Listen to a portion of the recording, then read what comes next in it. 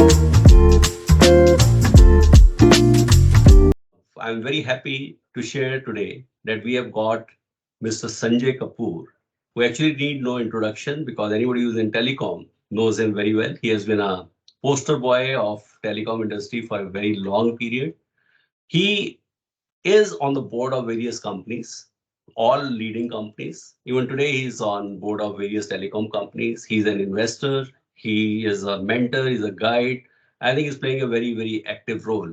I think one person doing so many things, very, very impressive.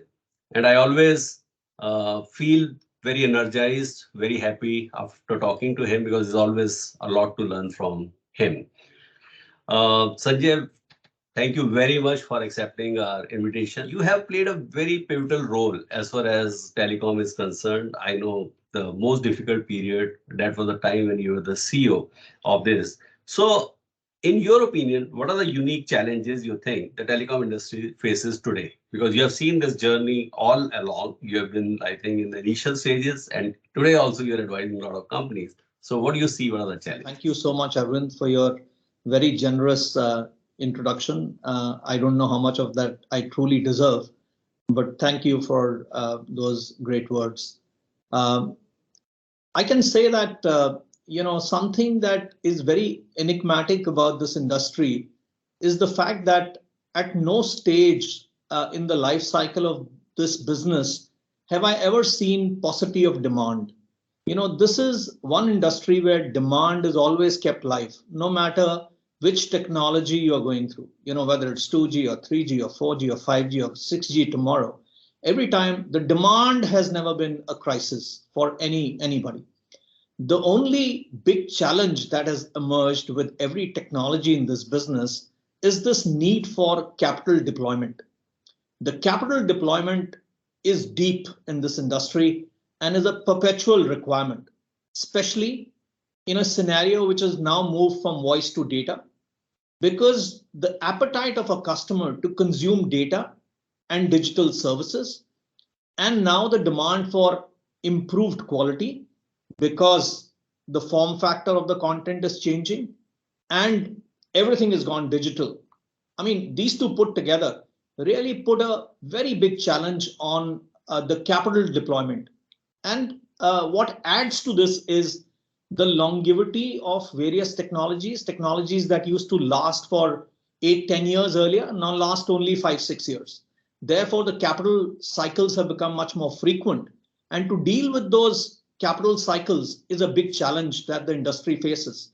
And this is typically one of those industries which always believes the future is very bright, right? Because to make money in the current scenario and to make money as the transformation and technology happens is always something where you feel you're running on a treadmill. While I say that, this is also an industry which is constantly on white waters. And I say that because every time the technology and the evolution of the industry has happened, there are more and more people from the outside, not within the industry, from outside the industry. So whether it's the OTT players or the adjacencies that are there, they all want a share of pie of this business, right? And the telecom is not only covering or trying to cover its turf, it's also fighting these guys to take away share from this. And that's a challenge that has never been dissipated by the industry.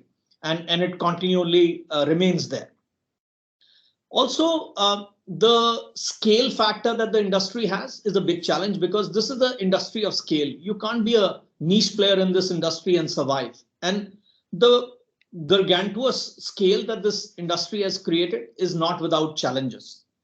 Now, the benefit of all this has been that because of these challenges, this industry has really attracted talent, and it attracted talent from office automation initially, from FMCG. I mean, there's hardly an FMCG company from which we did not get talent, from the cola companies, from advertisers, from IT industry. We got people from all across. And I think these challenges turned out to be the reason why people wanted to shift to something that was a lot more challenging.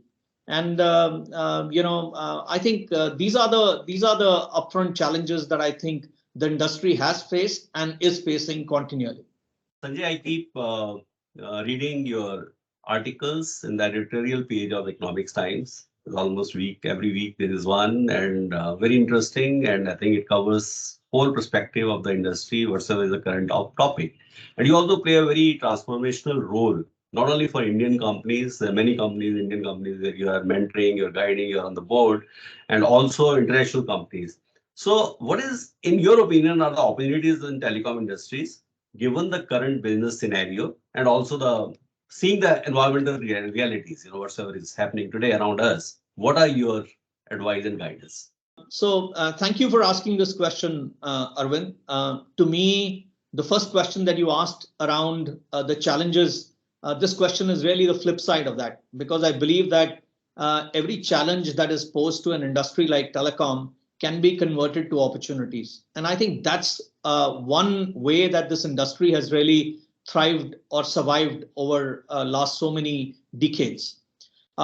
Let's come down to the opportunities here. And we discussed about the frequent capital cycles that this industry has faced.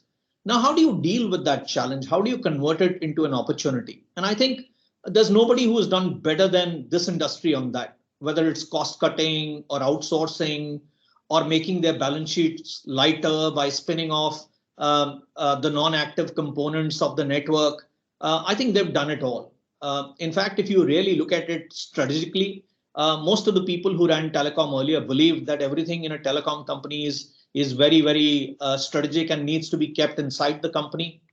But we turned it absolutely the other way around and said, no, there are very few things that give us a competing edge, and let's concentrate on that, and rest everything else we will outsource. That's an opportunity that we created for others and for ourselves.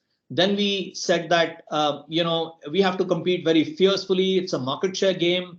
But, then we soon realized that everything in this industry, you can't compete on every aspect. There are certain aspects which you need to collaborate for the betterment of the whole industry and for your own company. And, examples are there, like the Indus Tower that we created. Now, Indus Tower's creation was done in partnership with your fiercest competitors. Right? They all came to the table, became stakeholders of the company because we were not competing on passive infrastructure. So there was no point deploying the cost 3 times over, 4 times over. And therefore, that's a collaboration versus competition that came to the table. Then I think a major transformation happened with moving from voice to data, where from a customer satisfaction, voice was all about customer satisfaction. That's all we cared for. NPS, net promoter scores. But the moment you come down to data, that alone can't survive, so we moved from customer satisfaction to customer experience, right? And we started measuring experience at every level. And that's a major transformation of resources, of your dashboards, of your manpower, of your capabilities. And that's a big transformation that happened. Then I think the transformation that this industry has done over time and an opportunity that it created was thinking global rather than thinking local. And it didn't happen by default, just didn't happen on its own. If you remember, for a very, very long time, this industry has been over dependent on the revenues from voice and SMS. These were the only two sticky applications that were running, right? And then somebody in United States of America creates a company which had a product like WhatsApp, and they came and finished off the whole SMS profitability and revenue in a jiffy, right? And I think these like instances made the telecoms think global, to say my next competitor, my next collaborator, my next thought could come from anywhere in the world. So I might be operating locally, but I need to think internationally and globally. And I think that's a great opportunity that came. The other opportunity that has hit this industry because of the same reason is that the industry has started believing that they cannot be dependent on the core access revenues. They need to create revenues from the non-core portion of business. And therefore, if you look at the opportunities today, most telcos are talking about cloud-based services, data centers, they're talking about security services, they're talking about IT integration services, they're talking about banking services, they're talking about entertainment services, which include gaming, etc. So I think all these to me are newer opportunities that come. The jury is still out. Everybody's trying hard. They're trying to put their game plan together. Very few have been successful, but I do not doubt the intention and the muscle that is going behind all this. So I think success will come, although they are fighting big guys, they are fighting hyperscalers in this battle, and it's not easy to do that. So I think the opportunity remains, and I think that's a great stuff. The last piece of opportunity, and we all know that this is a very heavily regulated industry, right? And regulation plays a big role, and especially with the dynamics of these OTT players and hyperscalers, there's a debate that has opened up in every part of the world, saying should they be paying for the levies that are there, which telecom pays for? Is there a cost sharing that can happen? Can the regulation be amended to encompass these guys into the regulation as well? I'm not saying we know which side will it move, but the fact is that these are again opportunities. These could be collaborative opportunities. These could be opportunities to actually compete with these guys better, because now it brings in the level field that you wanted as a telecom industry. So I think whichever way you look at, the opportunities are galore, and everything that went adverse for this industry has turned into an opportunity for it as well in future. Yeah, I think I remember, when seven CEOs, like I was also part of that delegation, we were talking and we were fighting about voice on WhatsApp and those kind of things. But when we look back, things have totally changed. And today, that is not the only area, but I think there are multiple areas, multiple things on which we are seeing that every 2 years, scenarios are totally changing. And in those change scenarios, we have to really adopt. We have to really adjust ourselves and accordingly, like prepare our organizations to meet those challenges. And that is, I think, telecom has been doing beautifully. And then in the same direction, like we are hearing 5G today, like 5G is giving a lot of hope, a lot of buzz around that. Sanjay, you won't believe, at government level, the kind of push, the kind of, environment they have created for 5G is unbelievable. It's not limited to DOT anymore. Like our skill ministry is all the time talking about it. You go to any state, any department, they just talk about 5G.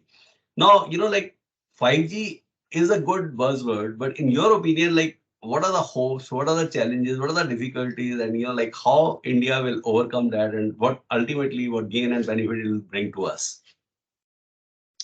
Yeah, I think this is a very current and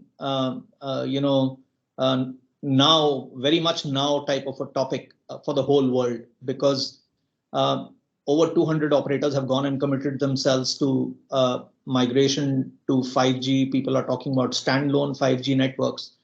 And I can understand why governments, especially in the developing part of the world, are very keen on companies and service providers catching up with 5G. It's because there is a paucity of fiber in these countries, and therefore fiber to home, very few people have.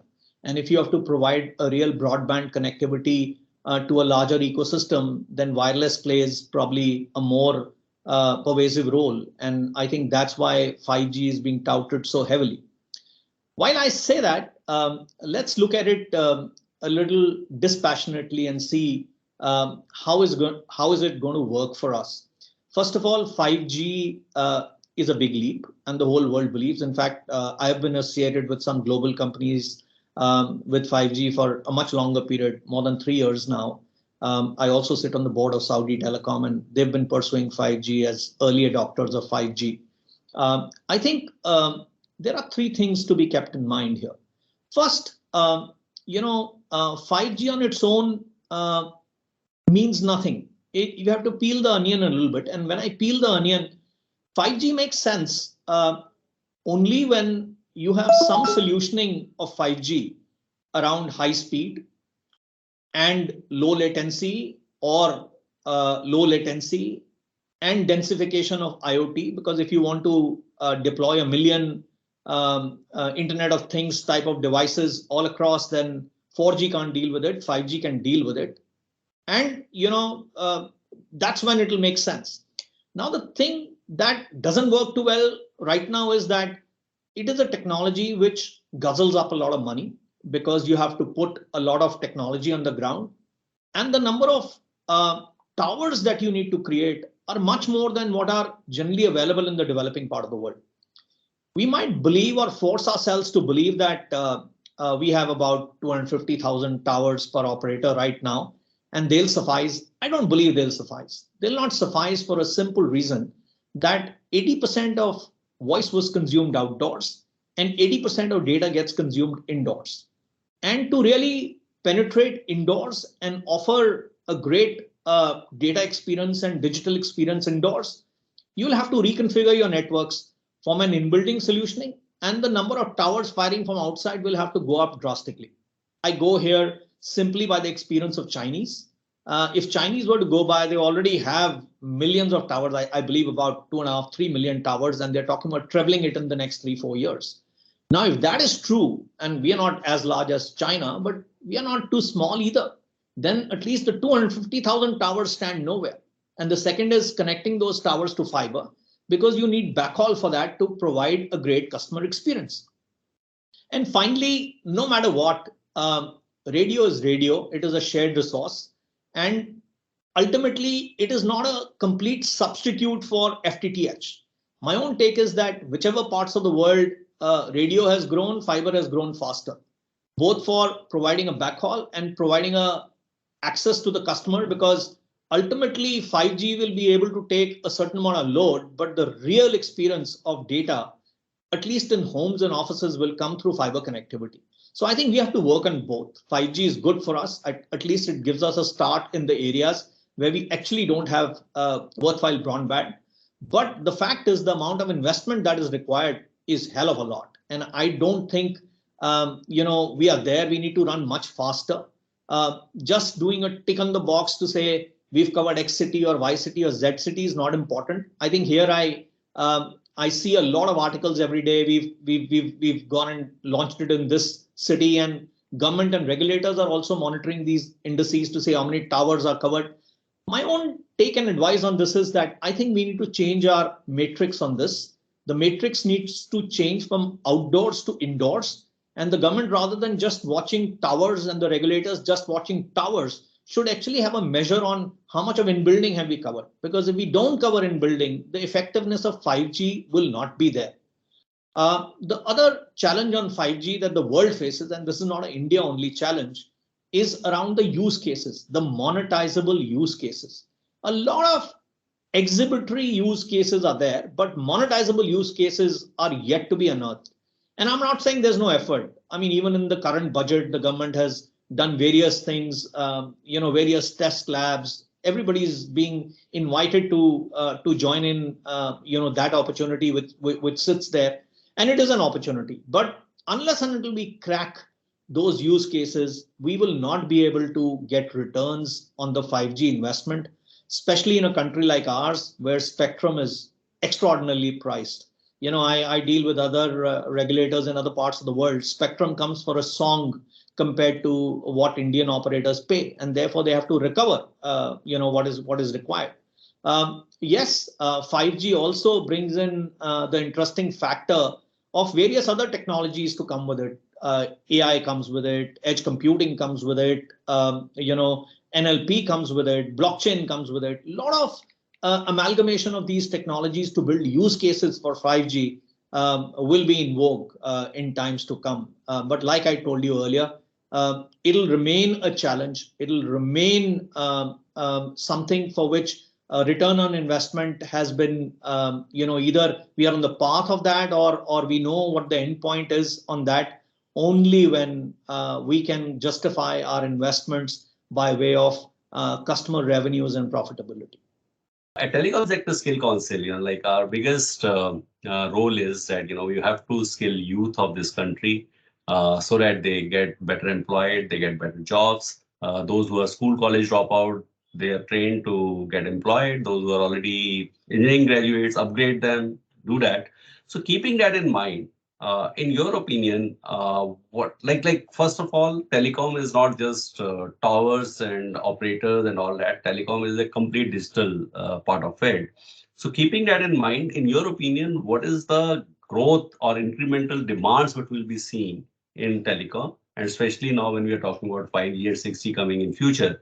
So from that point of view, what are the kind of demands which should be there, and youth in this country, why they should really opt for telecom as a career? I have no qualms about opportunities galore for the employment markets when it comes to the infrastructure that telecom companies have created, because there are so many jobs and so many entrepreneurship opportunities that ride at the back of this virtual infrastructure, where we are competing quite well with the rest of the world. We might have been left behind on the physical infrastructure and we are catching up now, but we have a catch-up game over there.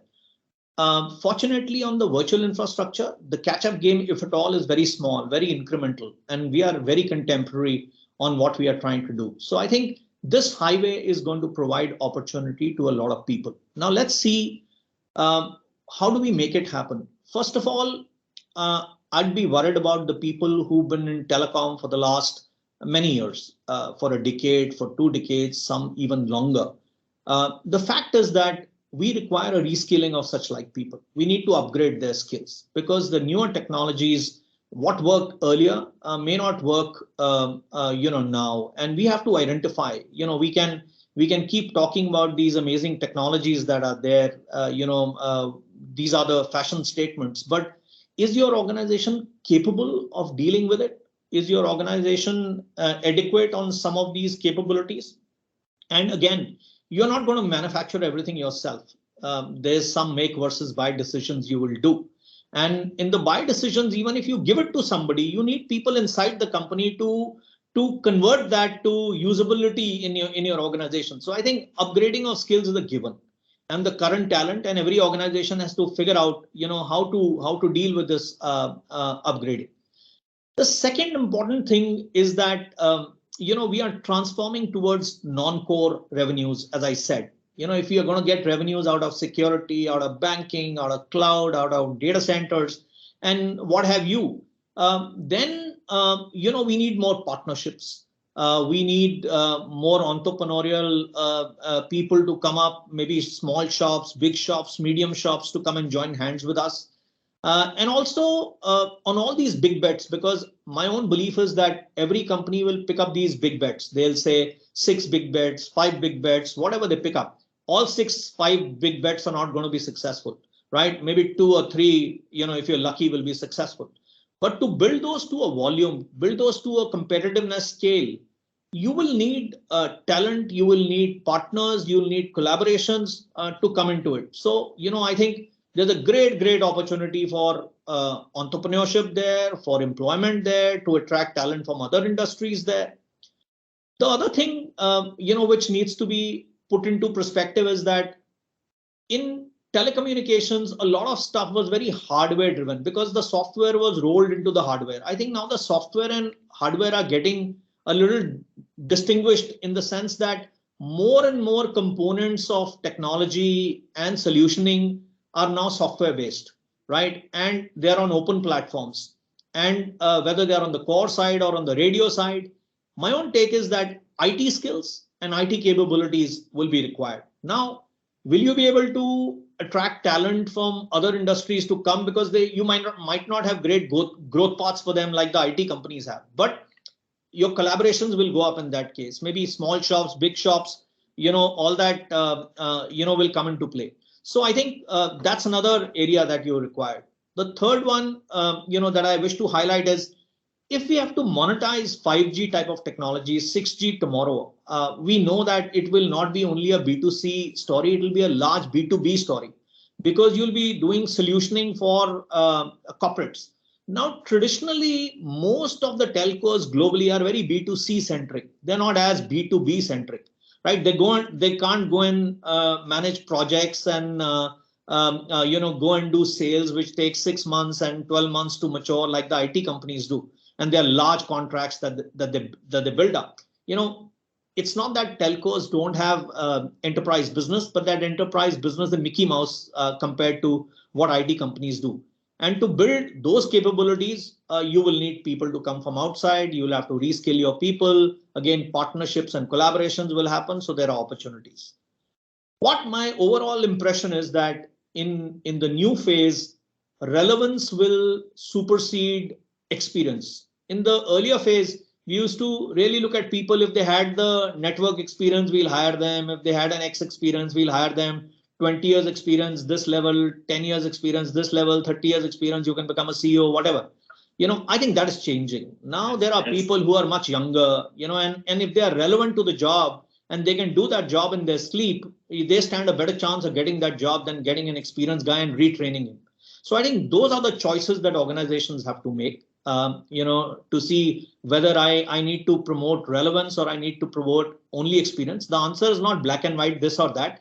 I think it will be a mix of the two, but many jobs in my understanding will go to people who are more relevant than people who are more experienced.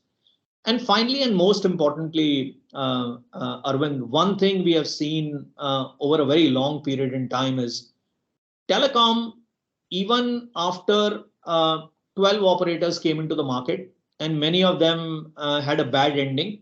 The industry collapsed at that time. We never had a problem other than probably in a short run when so much of talent influx was there in the market for those guys to get absorbed. Ultimately, to the best of my belief, almost everybody got absorbed, right? Because other industries were welcoming. So I think my statement here is that telecom is an industry which believes in creating employability rather than creating employment, right? If you work for this sector, the challenges, opportunities, the expanse, the variety that it offers, I don't think employability will ever be a question. So the people who really want to join this industry need to join with an open-minded stance that this is an industry which, even if I was to go wrong, it did not offer me employability and a career in the long run. Employment in the long run, employability will never be a question mark. So I think, and that's a big promise that somebody can get. I've always believed that, at least to me, employability is more important than employment. I think that is the best quotable quote we have got in today's interaction. Maybe just one or two lines on guidance to the youth, how they can get international placements. Like telecom is so strong. India is managing managed services for 150 countries based out of India. But also, like youth everywhere is reducing. In those countries, how Indian youth can go? Should they go skilled from here, or they should take special skilling training? So maybe one or two lines around that. Yes, I mean, this internationalized stuff is becoming a little bit of problem, especially with this protective economics, which is prevailing. Every country wants to promote talent within, and there are many countries who don't want too many expats to come in. Visas to some countries have become a problem, but this is one side of the story. The other side of the story is that you can do many jobs not physically present at a location. You can work from anywhere and still be a part of a global organization. I think, first of all, India will be a great market for jobs itself, because we are going to grow by every stretch of imagination faster than most countries of the world. And if that is true, then the opportunities here are going to be galore. And the consumption base that we have and the transformation that will happen will not be second to anybody else in the world. But still, Indians have always gained a lot of momentum outside and acceptability outside, with so many global CEOs coming from Indian origin. This must be motivating a lot of people to look outside. My own take is that finding a job anywhere in the world or in a company of choice is only an outcome. I think what you have to invest is in yourself. If you are somebody who's looking at a career, whether internal or global, you still need to write your CV every year. You write your CV every year and see, are you contemporary? Are you competitive? Are you growing versus the last CV that you wrote? And if you're not growing, then you need to upgrade yourself, upgrade your skills, and for that to be waiting for a job and, fit yourself to that should not. I think you should do it for things that you like doing, things you have a natural flair for. And if you are able to invest your resources and your time mostly to upgrade your skills to be more relevant to the world, I think that's what will keep you safe. Yes, opportunities will come. I mean, these days, all big companies and global companies actually hire only through online. If there's a job posting, they transparently put it online, and if you don't apply online, actually they don't even have a physical way of applying in most companies. All the hyperscalers do the same. Most large companies have started doing it. So I think the process is a lot more transparent now. It is not a process where somebody will just get hired and they've not evaluated the talent elsewhere. So I think that way it's a lot of transparency. But focus on yourself, focus on what you like doing, invest on things that you like doing. Don't try to get into a terrain which doesn't come natural to you. So build up those areas which you naturally are inclined towards, and which will make you happy. I think that's the most important thing. But being competitive, being contemporary in that happiness area is also important. I always believe, do what you feel like doing, but be very good at it. I know that you are one of the very good singer I've seen. You're like so many times I've heard you. So, what is your most favorite song? Songs can there can't be one song. I'm a old 60s, 70s, 80s type of music, Hindi Bollywood music type of a person. That's what I like. And in that genre, I think there can't be one song which takes me. But a singer, I would say the singer who's my super favorite is Mohammed Rafi. Of course, I like Kishore Kumar and Talat Mahmood and Mukesh and Mahinder Kapoor, but I think Mohammed Rafi is my top pick. So, one song which is like this day or this week's favorite on your mind? I mean, it's very, very, very, very difficult to really point out a song, and I it's just out of my passion for music, that anything that comes to my mind, I start humming it sometimes, and I really have not had the time this week to think of a song really. Okay, your first mobile phone. My first mobile phone was an Ericsson phone, Good. right? Yeah, a clamshell design. Very good. And have you used anything other than Airtel SIM? No, I can't. That's a company that runs through my DNA, and I've never had an inkling to move away from the company that I've been a part of. So, do you have any story about the infamous Airtel jingle?